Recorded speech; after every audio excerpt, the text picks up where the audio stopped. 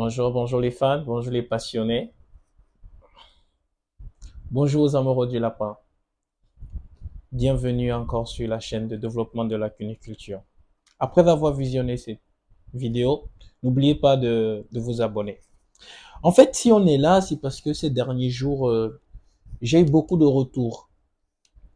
Et si on doit vraiment réussir à développer cette filière cunicole, il faudrait qu'on apprenne à bien faire les choses.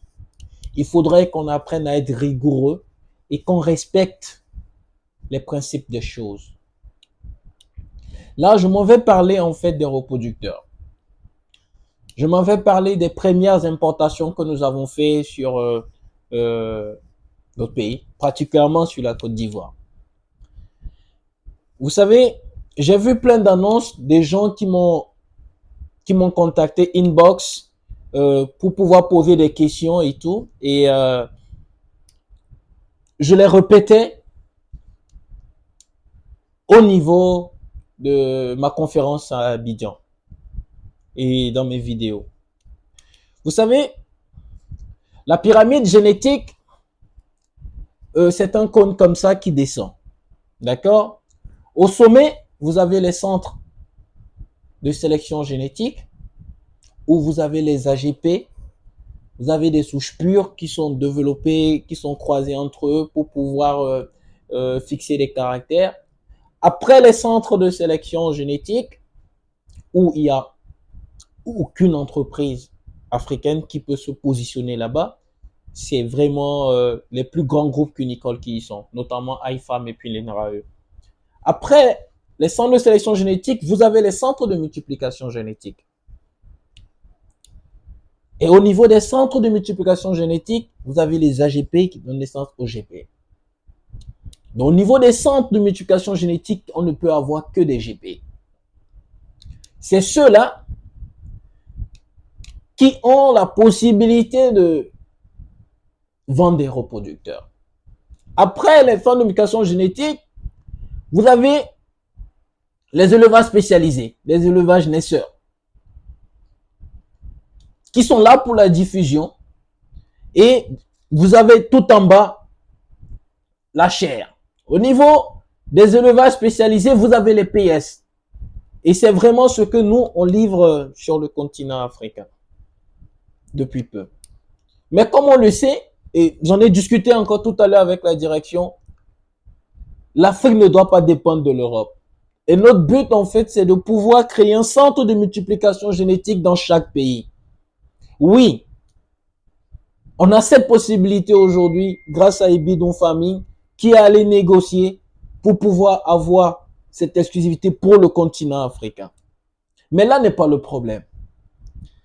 On vous livre des PS. Et vous allez voir, pour ceux qui ont connu les souches, les anciennes souches, que ce soit du ILA ou du I+, vous aviez la lignée femelle qui portait le même nom que la lignée mâle. C'est-à-dire, vous avez le ILA en mâle et en femelle. Vous avez le I+, en mâle et en femelle. Et là, ça voulait dire quoi?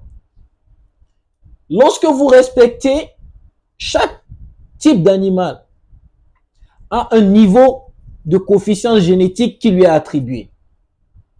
Quand vous dépassez un certain stade, vous perdez progressivement le matériel génétique. S'il était au niveau des parentaux et que vous ne respectez pas les croisements, que vous allez faire une première génération F1, le matériel génétique va perdre en coefficient.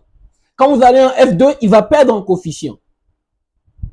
Ainsi de suite. Et c'est ça qui faisait en sorte que progressivement, vous avez vu les ILA, les I+, qu'on avait qui étaient lourds, sont devenus moins lourds, sont devenus moins prolifiques, avec plus de mortalité et pas mal de choses. C'est parce qu'on a dénigré les souches. Et face à ce travail, IFAM a pris sa responsabilité. Et vous allez voir, la différence ici avec la gamme Optima, c'est que les lignées mâles sont différentes des lignées femelles. Et ce qui fait vraiment la force de IFAM, c'est la qualité de ces lignées mâles. C'est le travail génétique et le progrès génétique qu'ils ont inculqué au niveau des lignées mâles. En lignée femelle, on n'en a que deux. On a la Hilar Optima et la I plus Optima qui sont descendants de la GP Optima. Vous voyez que voici. C'est ça. Et quand vous regardez, au niveau du site même, vous avez la gamme Optima. Vous avez ici Hilar génétique, là vous avez I plus génétique. Et à partir de la femelle GP Optima, vous avez la PS Hilar Optima et puis la I plus Hilar Optima. C'est ça qui nous donne nos lignées femelles qui sont très prolifiques. Et vous voyez, quand vous avez la GP Optima, vous voulez avoir la I+, il vous faut du mâle GP25. Quand vous avez la GP Optima, vous voulez faire de la Hilar, il vous faut le mâle NGPC. Donc, vous voyez, vraiment au niveau des mâles, IFAM a fait en sorte de départager ça, que ce ne soit plus pareil.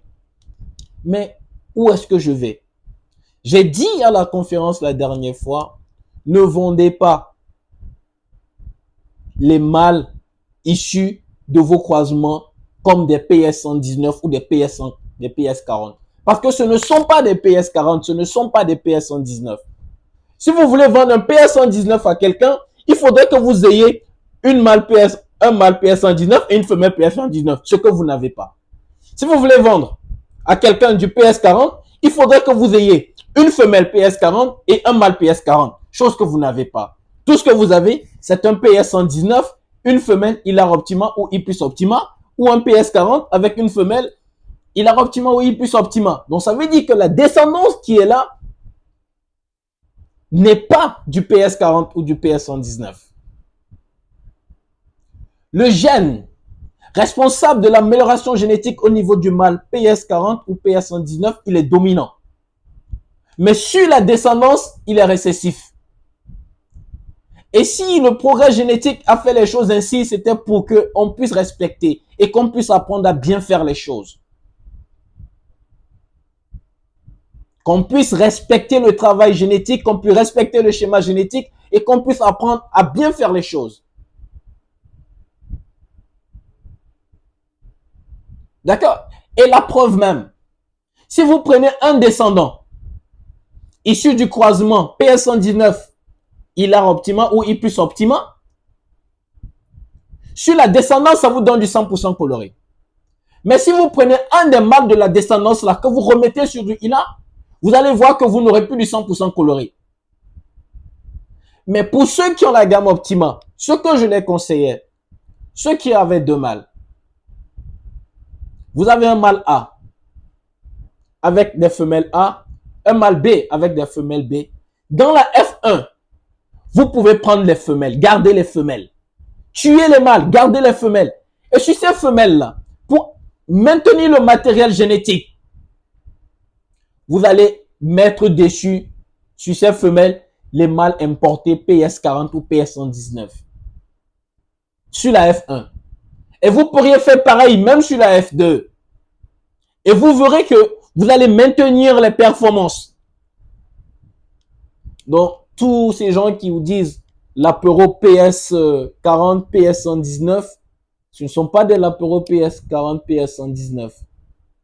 Les seuls apéros PS40, PS119 sont ceux qu'on livre depuis la France et qu'on va livrer, Inch'Allah, bientôt, lorsqu'on aura peut-être installé tous les centres de mutation génétique comme on le souhaite. Inch'Allah, par la volonté de Dieu.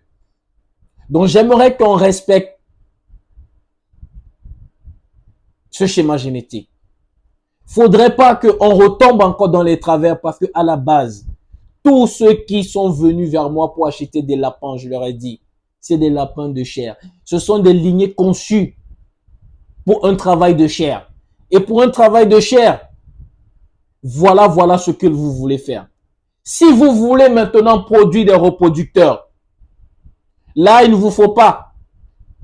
Si vous voulez les lignées mâles, ça c'est autre chose qu'il vous faudrait. Il vous faut des GP pour produire des reproducteurs. Mais sauf que ce que vous avez vous permet de faire une sélection de vos femelles. Vous pouvez augmenter vos femelles.